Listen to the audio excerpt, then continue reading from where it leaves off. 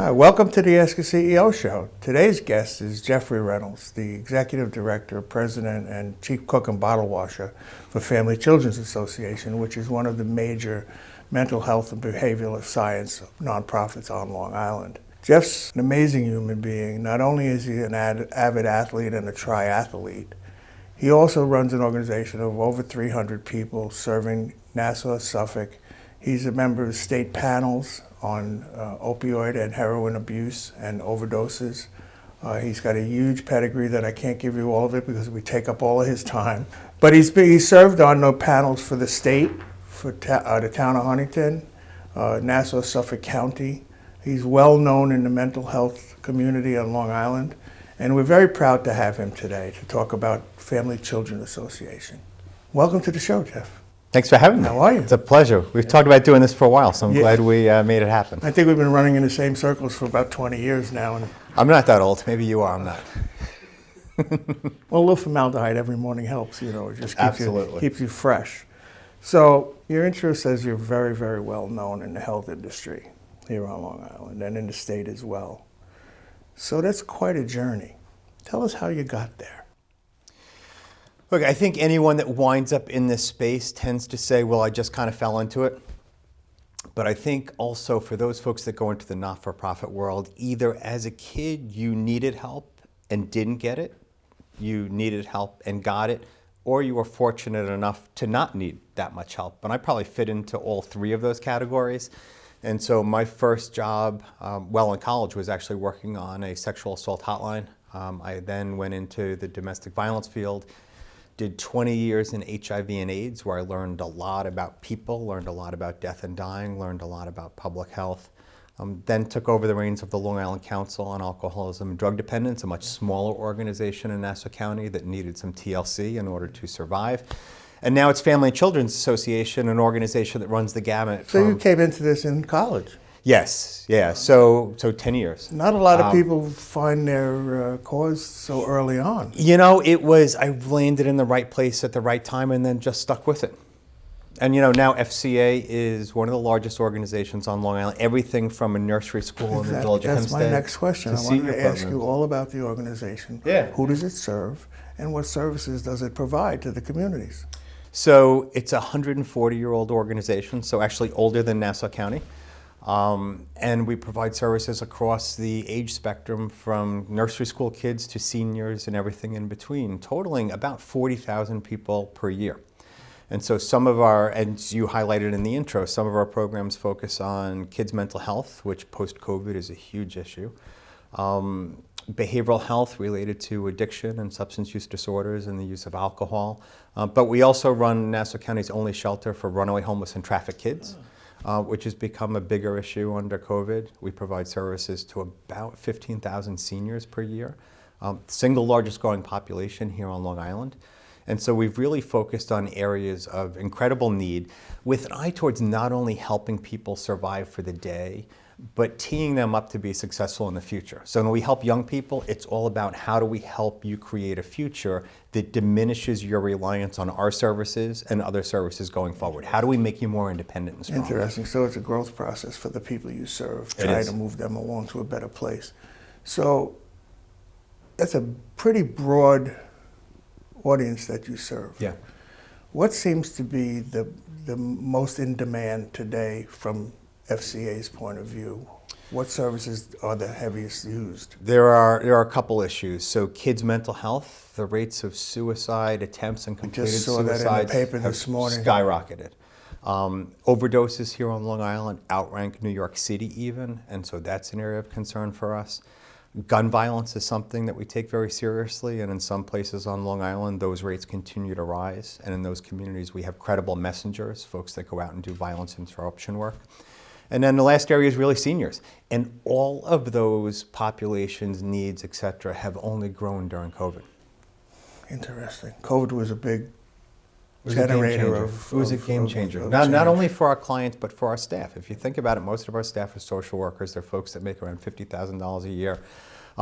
Many of our staff are single moms with kids. About 72% of our staff are female. And so that line between being a consumer of services, between being a provider, that line really got blurred. So, COVID, with the kids being locked out of school and so forth, do you anticipate that you're going to need to provide services to them as they gain older because of the social interactions that they didn't have? Yeah, this is an entire generational kind of thing. You know, we talk about learning loss, and I think a lot of kids suffered that. But also the socialization that was supposed to happen didn't happen. The assemblies, as cheesy as some of them are, around substance use, around bullying, around violence and things like that, none of that happened. Right. And so I think families really struggled, and to believe that we're going to make it through this and that's all going to go away by the end of this year is just a fantasy. I think this is going to be around for another generation of kids who learned in ways that were different than we did. Yeah, that's my fear. Nobody was out in the backyard eating dirt. Right. You know, they were stuck in front of a computer screen with the avatar teacher, if you don't mind. You know? Right, and as we tried to get kids off computer screens because they're so unhealthy for their mental health, we said you have to go online and go to school now and not interact with your friends. So listen, FCA, Family Children's Association, is a very large organization, over 300 employees. How do you communicate across the different levels of employees, professionals, clinicians, and administrators? How do you manage the communication of the brand and the message across that whole spectrum? So we redid our branding a few years ago. As an organization that was 140 years old, it needed some freshening, and it's a continual process for us as we continue to grow and expand and meet the needs, changing needs here on Long Island. I think what's key, and during COVID, we invented all these new things. We'll go on Microsoft Teams, we'll talk on Zoom, we'll connect in that way. All of that is good, but there's nothing like visiting the programs, rolling up your sleeves, and meeting with folks just directly face to face. And so we did that. We had a pretty large meeting over at Nassau County Police Headquarters last week amongst our staff, and everybody was so happy to be back in front of each other. Yeah. I visit the programs on a regular basis because you see and hear and experience things that you don't via Zoom. Right. And so for us, it's about making sure that I have and the management team has that face-to-face contact on a regular basis.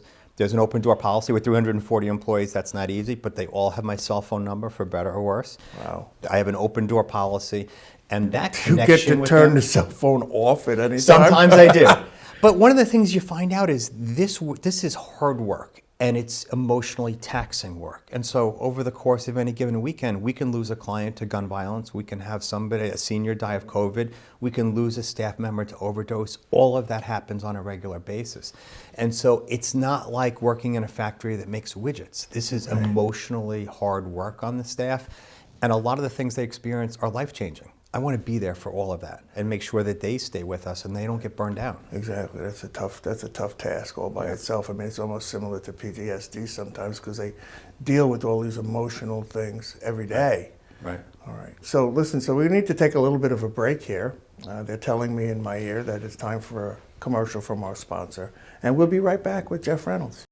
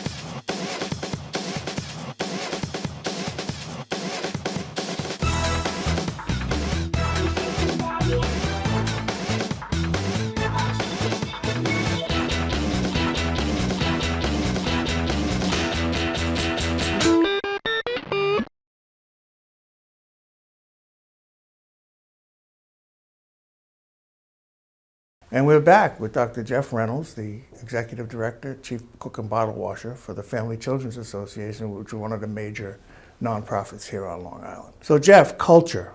All right, culture is critical nowadays. It gets a lot of press, gets a lot of talk in leadership seminars and so forth. Maybe you could tell us how you would describe the culture that exists at Family Children's Association and how you foster it. Yeah. So one of the things I mentioned in the last segment was our 140-year history, and I take that very seriously. And the way I look at it is that I've been given a privilege to carry the organization through this period of time, through this period of history, and then hand it off to the next group of leaders who will help Long Islanders who might have needs. I convey that to the staff and I say we've been given the privilege to do this, but we also have a responsibility that when people come to us for help, for many of them, it's the first time they've ever knocked on a door, made a phone call, sent an email asking in desperation for someone to help them. That's a sacred trust and a sacred bond. And when someone opens up in that way and says, I could really use your help, we have an obligation ethically and morally to respond in exactly the right way and to treasure that relationship. And I say to staff, what we don't necessarily get in salary, we get in human connection, which is something that very few other people can say. And so we take that seriously. There's also a culture of accountability. I want to say that there's this perception that the not-for-profit world is a little bit more laid back. I'm anything but laid back when it comes to our responsibility to serve people, and so it's highly accountable. I want you to bring your best every day. I want you to be your best every day. If you can't be because you're struggling too, then I want to know that and I want to help you. But the person who picks up the phone for the first time today needs to have an absolutely exquisite and committed response from our staff. And I think they generally get that. So I take it really as servant leadership, that we have this privilege now to help folks that might be in need and to make sure that we're doing the right thing by the organization and by our communities. Well, it would seem to me that if that did not permeate the organization, it would suffer and you would not be as successful as you are today. I call it compassionate accountability. I like it. Right? What we do is serious work. I also want to make sure that you're taking care of yourself. So when staff, I keep track of how many hours staff work, and if someone's working 50, 60, 70 hours a week and putting their own family at risk, that's not successful either. I always say to them, charity begins at home. Take care of your family, I'll take care of you, you take care of our clients, and somehow that all works together. Wow. So, big organization, lots of services, lots of different constituents. What's your biggest challenge every day? These days, recruiting staff, finding people that want to work for not a lot of money when there's a very competitive job market out there, and we understand that the needs in the community have grown, and so sometimes that's a struggle. Also convincing folks, and you mentioned kind of my commitment to triathlons in the opening, helping staff to understand this is a long-term kind of thing. This is not a sprint, it's a marathon. And in order to compete in a marathon, you need to pace yourself, you need to take care of yourself, you need to look out for the person running next to you and cheer them on too. Eventually, hopefully, we all reach the finish line. So you need to triage your own people every day. Absolutely. And promote self-care. I know, excellent. I want you to work hard, but I also want you to take care of yourself and your own family as well. We'll talk about working hard. Now, I know a little bit about this, but I'd like you to tell everybody else. What do you do for rest and relaxation? Swim, bike, and run on a regular basis. It's one of the few things that, quite frankly, got me through COVID and gets me through the stress of everything else. It also teaches you to be really comfortable with being uncomfortable. And that's one of the keys to life, I think. That sounds very humble, but really tell us the extent of how you swim, run, and bike. I train aggressively. It's a few hours a day. Like I said, I think it keeps me sane. Some people would argue and question whether or not I'm actually succeeding in that. But it keeps me sane. It gives me goals to work towards. It helps me kind of do a lot of thinking about the work I do. And so there's a lot of solitary hours in the pool. So when you're doing that, that's an interesting point. When you're doing that, is the brain working? It is. Ferreting with those big problems and... Absolutely. It's working through like what I'm going to say to you today and things like that, and kind of that centering around what's going on. Lots of people run with music and bike with me. I don't do any of that. It's really alone time to figure things out. Very good, very good. I use the quiet time in the car back and forth to think my big thoughts. Absolutely. Turn the radio off and just think. In an overstimulated world, that's really important. Yeah. So put your CEO hat on for a second. Yeah. Now, our audience is a mix of CEOs and people on their own journey to the C-suite and leadership positions. What advice would you give them, either personal or professional or both, for their journeys? Never stop learning. You know, I went back and got a PhD in my early 40s. I learn every day from our staff, and so learning doesn't necessarily have to take place in a classroom. Some of the greatest lessons I've learned have been from folks who were dying of HIV, folks who are struggling with mental health issues, folks that have struggled persistently with addiction. That's really where the learning and the connection happens. Find some mentors that are meaningful to you, and those could be anybody. Look for them. Mentor other people along the way, and most importantly, value that human connection. I think the days of cutthroat advancement are over. That's kind of an old school way of doing things. Really today it's about connecting with other people and helping other people to connect, and most importantly, understanding the why. Why do you do what you do, regardless of where you work? What is it that you're giving? What is it you're getting out of it? And look, we all have a limited time on this earth. You want to make the most of it. And if you're just phoning it in day after day, if you wake up on Monday morning and say, I don't want to go to work today, change jobs. You're in the wrong Life job. is too short to do that. People talk about the Sunday blues. I've been fortunate in that I've never been in that position whatsoever. I'm excited about Mondays. Somebody said to me recently, what's your dream job? And I stopped for a second and I thought about it. I'm like, I think I'm actually in it. That means you don't have a job. That Right. You have an avocation. That's right. And you love what you do. Not to say anything, but I'm similar. People say, well, when are you going to retire? You've been doing this a long time. When I stop having fun Right. and I stop looking forward to coming in on Monday morning. Yep, And that's meeting exactly people it. like yourself. Thank you for being on my It's a show. pleasure. I really Thanks for your appreciate work. it. So that's a wrap. Join us anytime. We have great CEOs booked for the future episodes. Go on gregscorneroffice.com or on Greg's Corner Office YouTube channel. Like and share, and we'll see you soon. God bless you all.